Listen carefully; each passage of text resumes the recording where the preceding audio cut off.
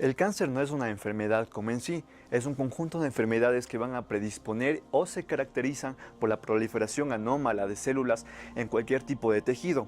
En este caso, como es cáncer de pulmón, van a ser una proliferación anómala en el pulmón, es decir, en los epitelios que están cercanos o colindantes a esta misma estructura. En primer lugar, tenemos la composición o fisiología normal del pulmón.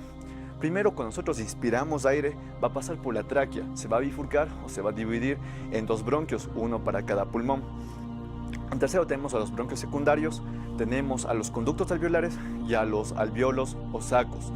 Estos sacos van a ser la combinación o captación del intercambio gaseoso, los cuales van a intercambiar oxígeno por dióxido de carbono por medio de los glóbulos rojos y posteriormente van a ser expulsados por la expiración.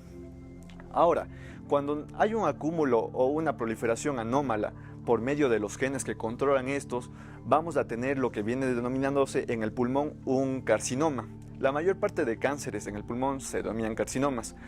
Tenemos de varios tipos y son muy importantes reconocerlos, ya que con esto vamos a ver qué tratamiento es el más utilizado para este tipo de cáncer o si no también con algo más de especificidad, el pronóstico del paciente que posee el cáncer.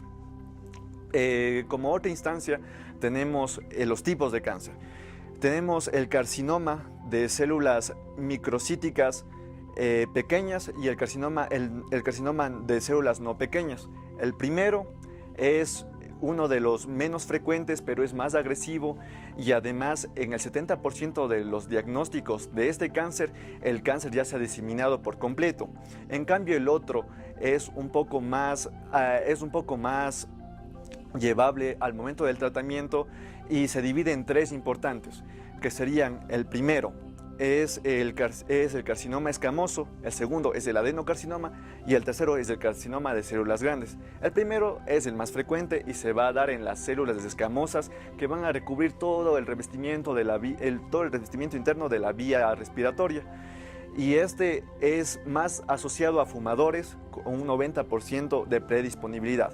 El segundo, que es el adenocarcinoma, es el que es de un poco menos frecuente, pero esto también, a pesar de que está asociado a fumadores, es el que tiene más prevalencia en personas que no fuman debido a sus comorbilidades o a los entornos y contextos que estos pueden llevar.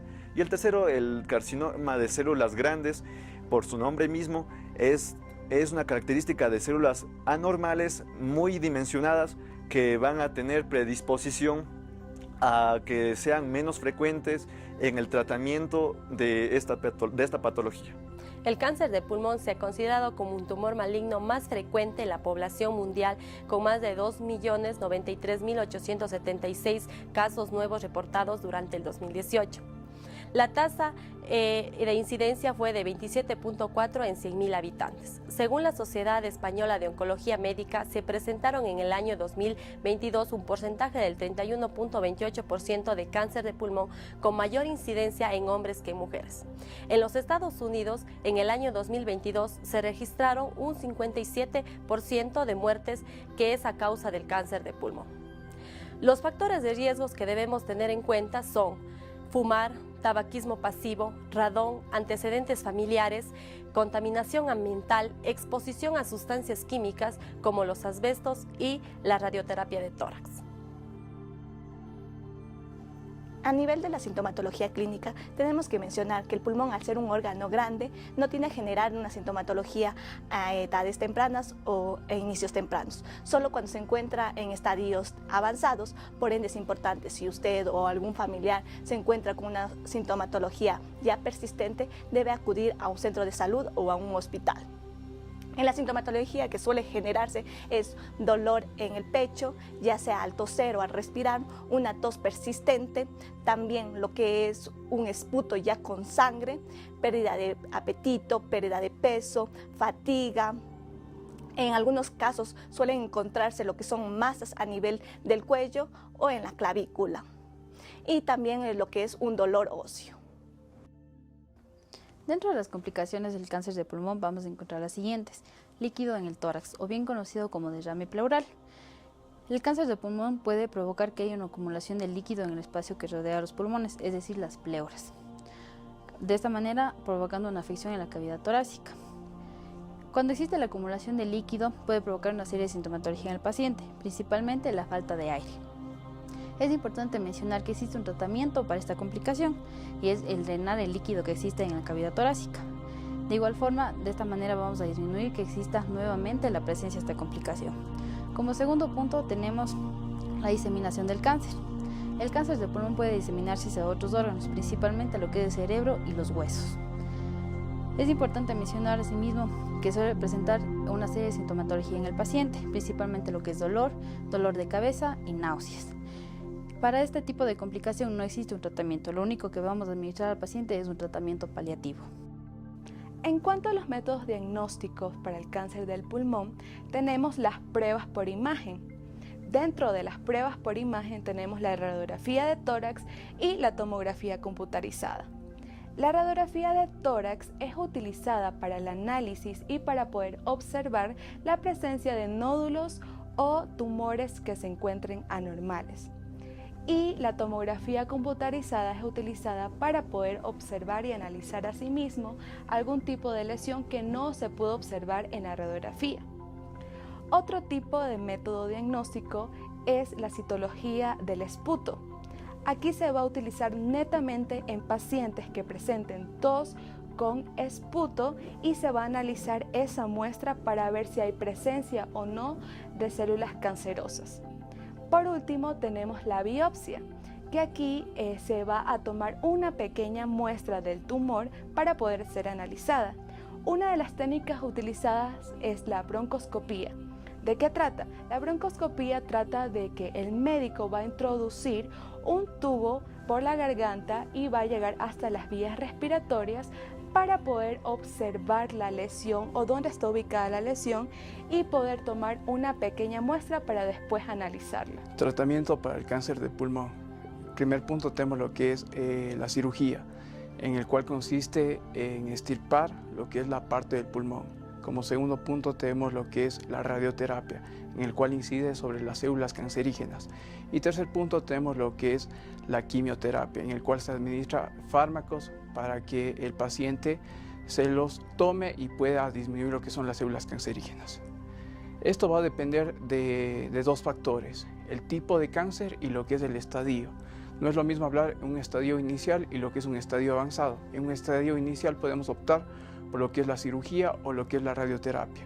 Y en un estadio avanzado, lo que es la quimioterapia. Actualmente se está estudiando lo que es inmunomoduladores, en el cual va a aumentar lo que es el sistema inmunológico del paciente con lo que es el anti-PD1, el cual va a poder combatir con lo que son las células cancerígenas.